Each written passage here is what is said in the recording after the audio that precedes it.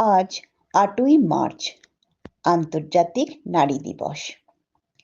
আজ এই বিশেষ দিনে পৃথিবীর সকল নারীদের জানাই আমার আন্তরিক শ্রদ্ধা, ভালোবাসা ও সম্মান।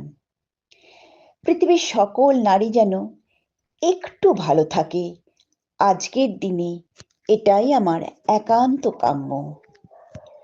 চলুন বন্ধুরা, আজ তাহলে একটা গল্প শোনা যাক। আশা করি এই গল্পটা সকলকেই অনুপ্রাণিত করবে। শুরু করছি।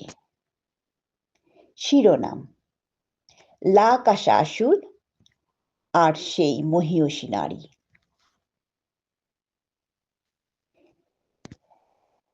নারী শব্দটি মনে এলেই কিছু মহিয়সী নারীর কথা মনে পড়ে।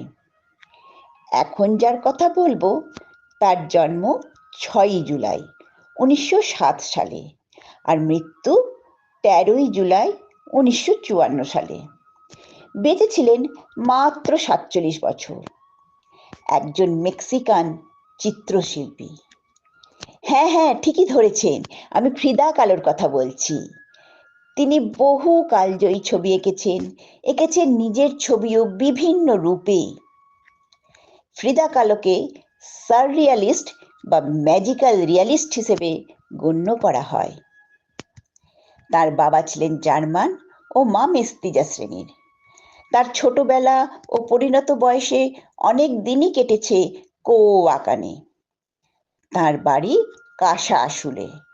এটি একটি স্প্যানিশ শব্দ যার অর্থ নীল বাড়ি, যেটি এখন ফ্রিদা মিউজিয়াম নামে পরিচিত।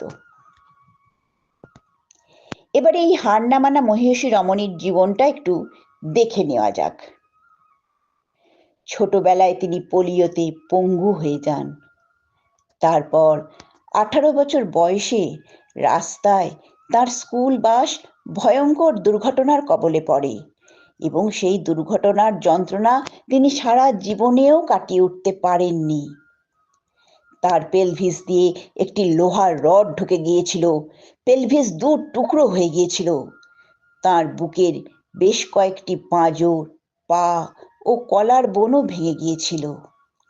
এক্সরেতে দেখা গিয়েছিল তার শরীরের ভেতরে আরো ক্ষয়ক্ষতি হয়েছিল। 1 মাস তাকে হাসপাতালে কাটাতে হয়েছিল। তার আগে অবধি তিনি ছিলেন এক কৃতী ছাত্রী। কিন্তু এই দুর্ঘটনায় তার ডাক্তার হওয়ার স্বপ্ন ভেঙে যায়। ছবি আঁকা ছিল তার হবি। তারপর থেকে তিনি ছবি আঁকাকেই তার পেশা ও স্বপ্ন করে নিলেন। ধীরে ধীরে তার চিত্রকলার খ্যাতি ছড়িয়ে পড়তে লাগলো। বিভিন্ন জায়গায় প্রদর্শনীতে তার আঁকা ছবি সমাদৃত হতে লাগলো। পরবর্তীকালে দিয়েগো রিভেরার সাথে তার বিবাহ হয়েছিল। তিনি ইউনাইটেড স্টেটসও বেশ কিছুদিন কাটিয়েছেন।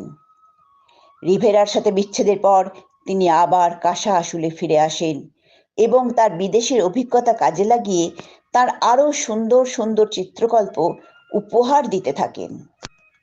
তার বিখ্যাত ছবিগুলির মধ্যে the two Fridas, the wounded table ইত্যাদি খুব জনপ্রিয়।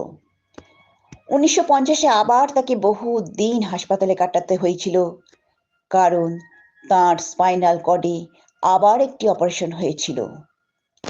তখন তাকে বেশিরভাগ সময় বাড়িতে কাটাতে হতো, আর তখন তার সঙ্গী ছিল হুইল চেয়ার আর ক্রাচ।